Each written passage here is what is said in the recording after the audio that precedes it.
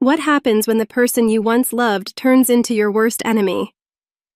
Willow's life has always been overshadowed by her younger sister Skylar, the golden child who captured all of their parents' love and attention. From the outside, their family seemed perfect, but Willow was left to fend for herself in the shadows. Over the years, Skylar's attitude grew more dismissive and entitled, and despite Willow's attempts to be seen, she remained invisible. Then, when Willow thought things couldn't get worse, she was shockingly excluded from Skylar's wedding, her own sister turning her back on her for something as shallow as her job as a waitress. As the pain of betrayal set in, Willow was forced to confront the true depths of her family's favoritism and the emotional scars that still lingered. But the wedding drama was only the beginning. Would Willow finally break free from the toxic grip of her family, or would her sister's obsession tear everything apart? My name is Willow, and I'm 26 years old. Throughout my life, I've always felt like an outsider in my own family, constantly marginalized and overlooked. In sharp contrast, my younger sister, Skylar, just 2 years shy of my age, has always been the center of attention. She was the one who captured all of our parents' love and adoration, showered with praise and indulgence at every turn. Our parents never hesitated to support her, even in the smallest moments. Whether it was a simple problem at school or a minor disagreement with a friend, they were quick to jump in and offer solutions. Meanwhile, my accomplishments and attempts to seek validation were often met with indifference, as if I were invisible. One seemingly ordinary day, as my parents prepared for a family outing to the park, the contrast between how they treated Skylar and me became painfully evident. My mother was busy packing a bag, while my father searched frantically for his car keys. Skylar, full of her usual energy and impatience, was eagerly urging them to hurry up. Feeling a deep longing to be included, I walked up to my mother and said softly, "I want to come along too." I hoped for some kind of affirmation, some recognition of my desire to be part of the family, but her response was cold and dismissive. "Willow, you should stay home and do your homework." The words hit me like a slap in the face. I stood there stunned and heartbroken as she continued without a second glance. My father, of course, said nothing. He merely stood there, silent and passive. And Skylar, oblivious to the sting in my chest, cheerfully waved goodbye and skipped out the door, calling over her shoulder, "See you later." Left alone in the living room, I sat on the sofa, staring vacantly out the window. The silence around me felt suffocating, broken only by the rhythmic ticking of the clock. I was excluded once again, relegated to the corner while they went on with their day. It wasn't the first time, and it wouldn't be the last. My parents were always so focused on Skylar that I was left in the shadows, the constant outsider. As a child, Skylar would often approach me with innocent enthusiasm, asking if we could play together. Whenever I engaged in an activity, she would eagerly join in, calling out, "Me too." It felt natural then, to have her by my side. But as she grew older, she started to notice the special treatment she received from our parents. They praised her for the smallest accomplishments, lavishing her with affection. Meanwhile, I was dismissed, my feelings and achievements consistently ignored. Skylar quickly learned to play into her role as the perfect child in their eyes. Over time, she developed a sense of superiority over me. What started as a natural bond between sisters slowly morphed into an uneven, strained dynamic. She became dismissive of my attempts to engage with her. If I shared something about my day, she would brush it off with a casual laugh or condescending remark. The sister I once knew and loved had begun to treat me as nothing more than an obstacle in her perfect world. After high school, I started working as a waitress at a local restaurant. At first, I was filled with uncertainty and anxiety, unsure of what the future would hold. Slowly, though, I found my rhythm. The work became something I could take pride in, and I found small joys in the routine. Yet, my family's disregard for my job only deepened my sense of isolation. My mother was quick to belittle my occupation, often asking, "Is this really the only job you can do?" She showed no interest in the stories I tried to share about my work life, as though it wasn't even worthy of her attention. Skylar's response wasn't much better, though she would occasionally remark, "Being a waitress is a respectable job." Her words felt hollow and lacked any real warmth. It was clear she didn't truly care about my struggles or my growth. At family gatherings, I often felt invisible, as both my parents and Skylar seemed to ignore my presence, a recurring pain that deeply hurt me. Yet, I continued to yearn for their recognition and love. When I was 20 years old, I met Jasper through a mutual friend. He initially appeared shy and serious, but as we began to talk more, I was drawn to his profound kindness and empathy. We quickly formed a close bond, and after several outings together, our friendship blossomed into a romantic relationship. Spending time with Jasper became the highlight of my days, and we eventually decided to move in together. My life began to revolve around our shared moments, each day feeling special because of his presence. He was not only a source of comfort at home, but also an adventurous companion with whom I shared my outdoor pursuits. As I embarked on this new chapter with Jasper, I found myself distancing from my parents and Skylar. Engrossed in my work and life with Jasper, my interactions with my family decreased significantly. The time I spent with Jasper provided a comforting escape from the unresolved traumas and emotional neglect I had experienced at home. One day, after a long period of absence, I made the decision to attend a family gathering, which stirred up a complex mix of emotions that I had suppressed for years.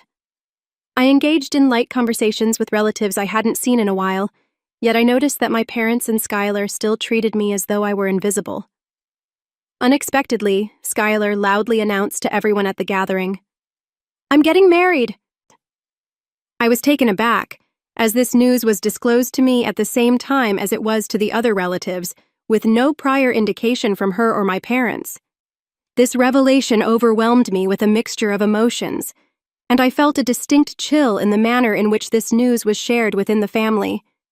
Speechless, I could only silently accept the atmosphere of the moment, as discussions quickly shifted to focus entirely on Skylar's upcoming wedding, further marginalizing my presence. I experienced an indescribable sense of loneliness and sadness, which gradually deepened. Despite maintaining a smile for the sake of appearances, I felt a profound sense of alienation from my family.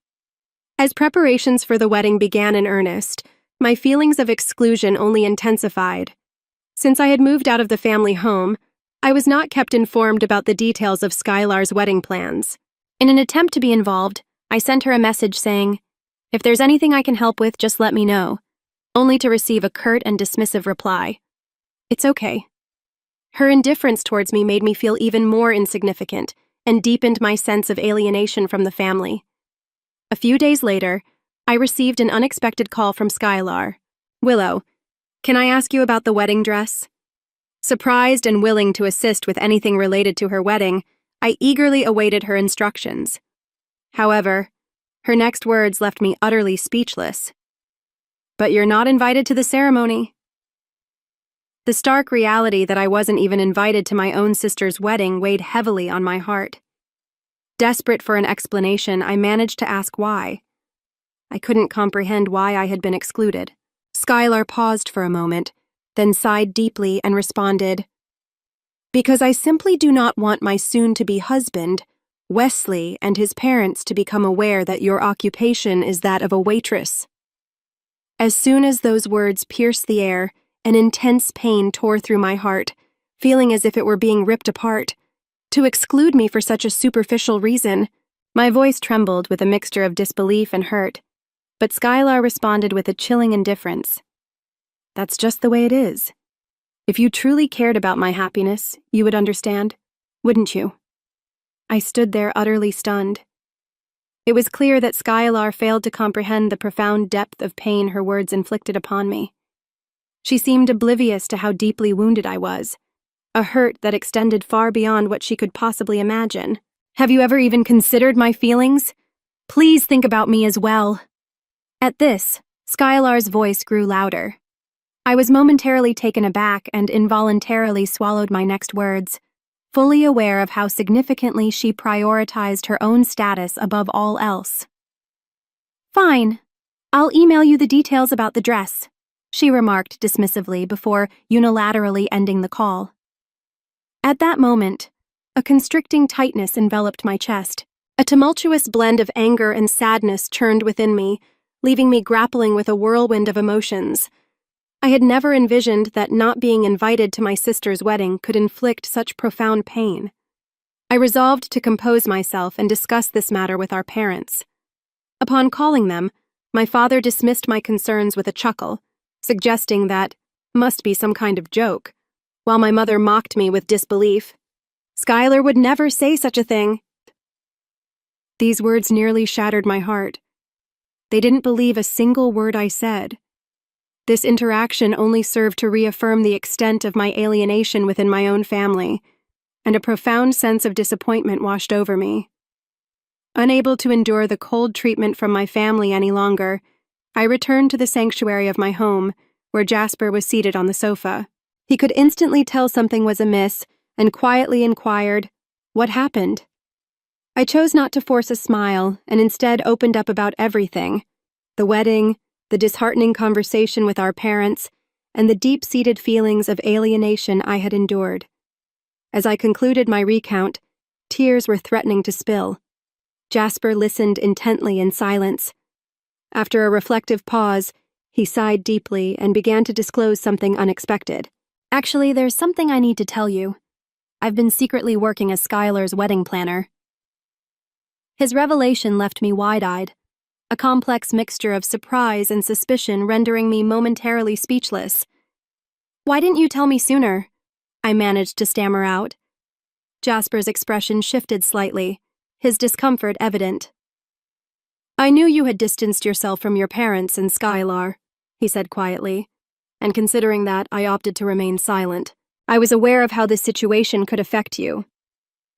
His words triggered a mix of emotions in me. On one hand, I appreciated that Jasper had been mindful of my feelings, choosing not to add to the strain. On the other hand, a part of me wished he had been more open with me sooner about just how isolated I had become within my own family.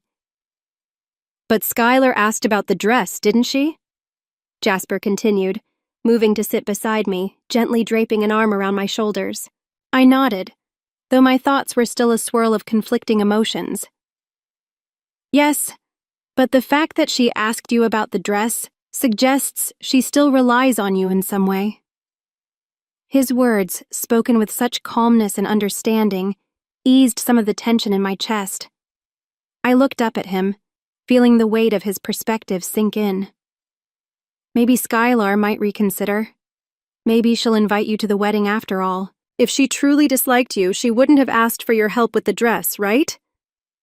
Jasper's gentle smile warmed me, his words providing a brief comfort against the growing chill I felt.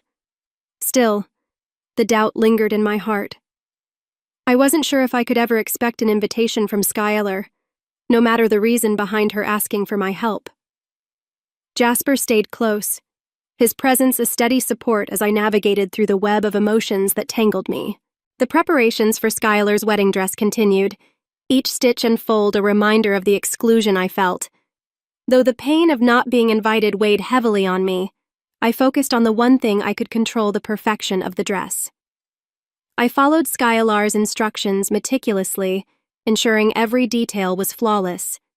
It was the only way I felt I could contribute, yet in my quiet moments, I held on to a fragile hope that somehow I might still be included. But as the wedding day drew nearer, the invitation never came.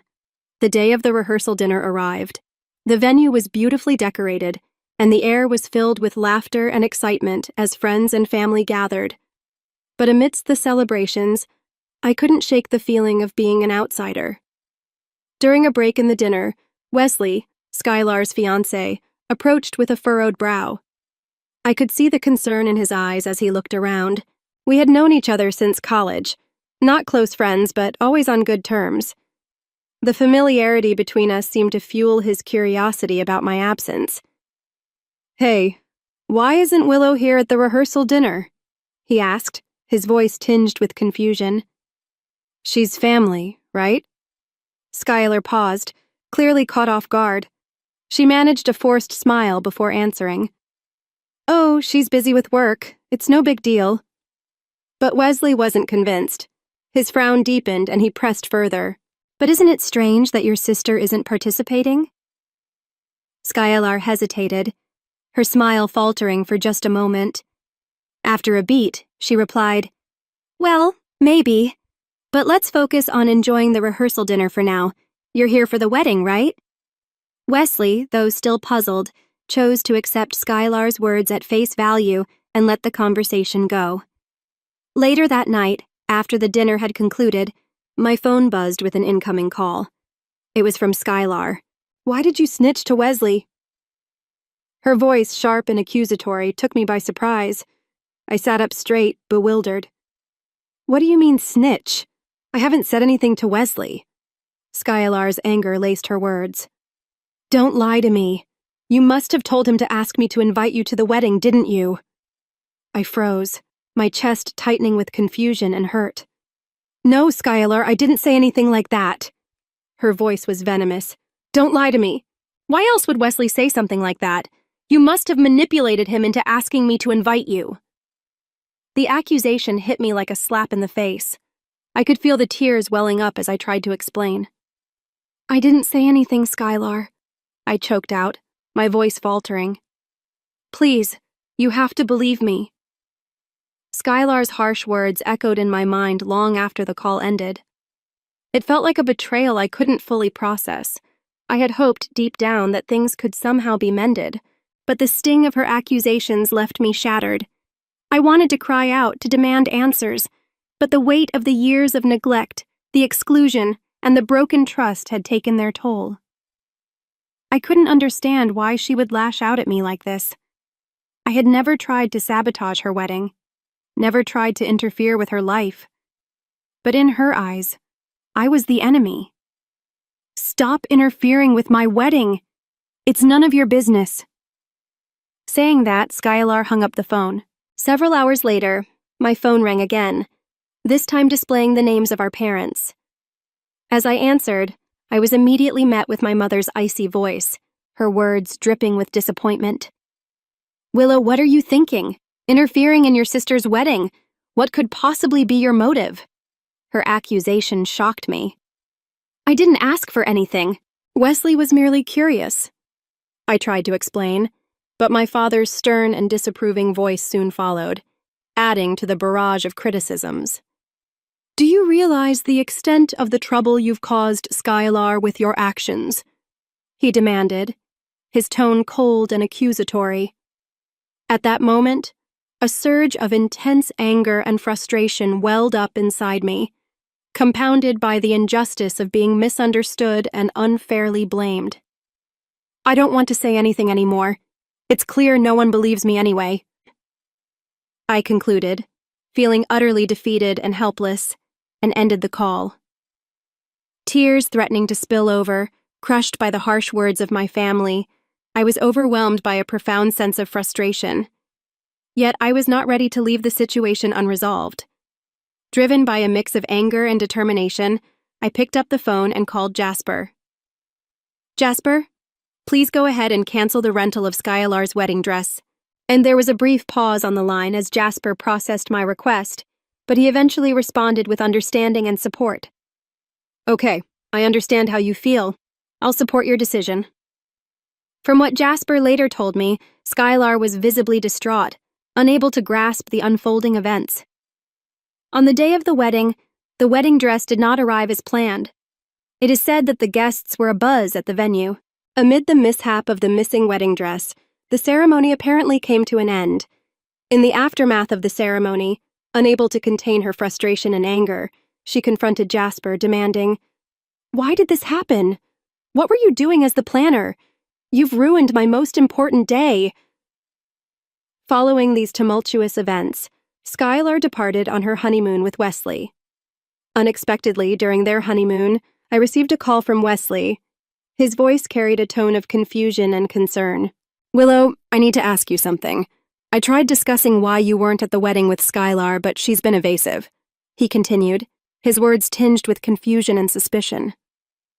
"Honestly, I've been puzzled about your absence. I felt compelled to know the reason, so I'm calling you even though we're still on our honeymoon." Anxiety and suspicion were evident in his voice. I carefully chose my words as I responded. "It's because Skylar was concerned about you and your parents knowing I'm a waitress. She was probably worried about how you might perceive that, especially since she wasn't aware that we're friends. After a moment of silence, Wesley replied, somewhat shocked. I can't believe Skylar would think that way. He calmly accepted the truth as it dawned on him during their honeymoon, leading him to make a decisive and dramatic choice. He declared his intention to divorce Skylar. When Skylar returned from the honeymoon, she went to her old house only to discover a for sale sign planted in the front yard. Frantically, she called me. What's going on? Why is the house being sold? I responded calmly, after taking a brief moment. Our parents asked me to let you stay there, but since you got married, I assumed it was no longer necessary and decided to sell it. Skylar was silent for a moment, then her voice, trembling with emotion, revealed, Actually, I'm getting divorced. I was taken aback and momentarily lost for words. Divorce? But weren't you just on your honeymoon? As I spoke, the memory of Wesley's unexpected call during their honeymoon resurfaced in my mind. You're to blame for my divorce. Skylar's accusation shook me deeply. I found myself speechless, feeling the sting of her words deeply. Wesley discovered that you weren't invited to the wedding because I didn't want him to find out you're a waitress. You must have told him everything, didn't you? As Skylar's anger was directed fiercely at me, I stood silently, overwhelmed by the situation. It's all your fault! I managed to reply with a trembling voice. Skylar, I never intended to hurt you. But when Wesley asked, I couldn't lie. I never imagined he would decide to divorce you. Skylar interrupted me, shouting, Don't make excuses! You need to take responsibility! With that, the call ended. A few days later, I saw our parents' names flash on my phone screen and sighed loudly, bracing myself for another unpleasant conversation. As soon as I answered, my mother's cold voice came through, laden with disappointment. It's truly unfortunate what happened to Skylar. You instigated this by telling Wesley, didn't you? What a terrible sister you are, my father chimed in, echoing her sentiments. You always do this. You never think about the family. What were you hoping to achieve by hurting Skylar? The accusation made my blood boil with anger. I retorted sharply, You're never going to believe me anyway. You act as if I'm entirely to blame for Skylar's hurt, but you understand nothing at all. After a brief silence, my mother sighed. You really lack compassion for your family. I couldn't help but respond with a cold, bitter laugh. Me lacking compassion? Are you implying that you have ever shown any compassion towards me? Silence fell on the other end of the line before I continued in a frosty tone. We're not even a family. I don't care what happens to Skylar anymore. With those final words, I hung up the phone, resolute in my decision to no longer involve myself with Skylar. However, Skylar didn't cease her efforts to target me. She began to denounce me on social media, posting daily claims that my divorce is all because of my sister, directly blaming me for the collapse of her marriage.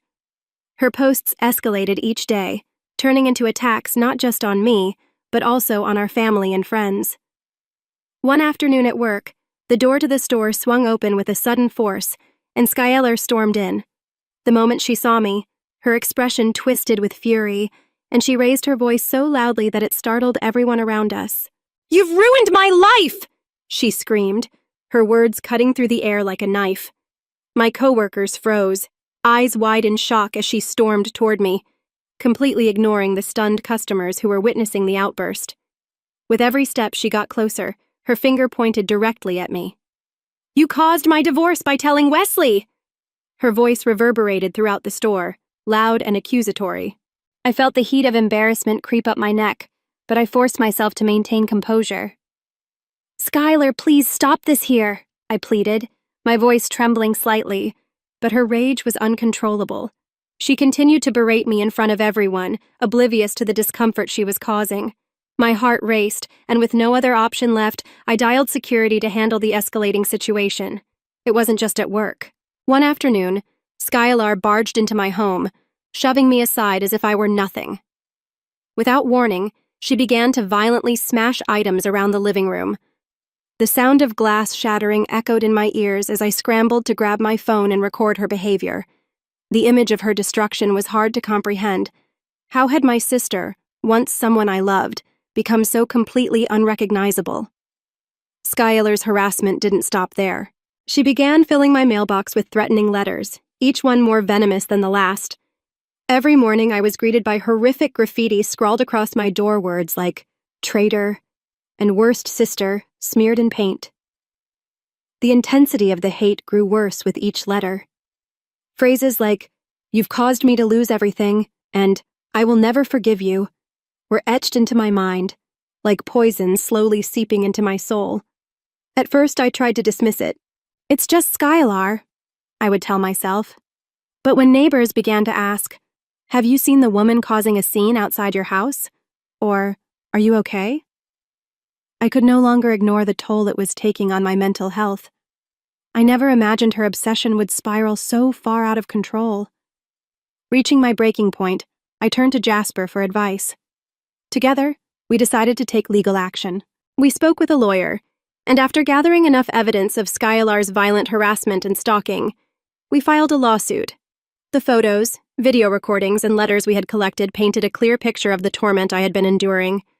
Months later, the court issued its verdict. Skylar received a suspended sentence of 1 year, with mandatory counseling. A restraining order was also issued to prevent her from approaching me, granting me the legal protection I so desperately needed. When the news came, a weight lifted from my shoulders. For the first time in what felt like forever, I could breathe again. But Skylar wasn't done. She filed a civil lawsuit against me, claiming I had caused her harm. The audacity of her demands took me by surprise, but with Jasper's steady support, I remained focused on finding a resolution. We spoke with our lawyer again, proposing a settlement to avoid dragging out the court battle any longer. Eventually, after much persuasion from our parents, Skylar reluctantly agreed to settle. They argued, "Making a bigger issue out of this serves no purpose. It's better for you to step back now." She agreed, but her bitterness was unmistakable. As she walked away, she muttered through clenched teeth, "It's all her fault." With the legal battles behind me, I finally began to rebuild. The scars from the past remained, but I no longer lived in constant fear. I had Jasper by my side, steady, loving, and patient. His presence soothed the remnants of pain, and together we began to forge a new path. We moved to a new city, far away from the chaos, and started fresh. Every morning we sat together, sipping coffee and planning our day.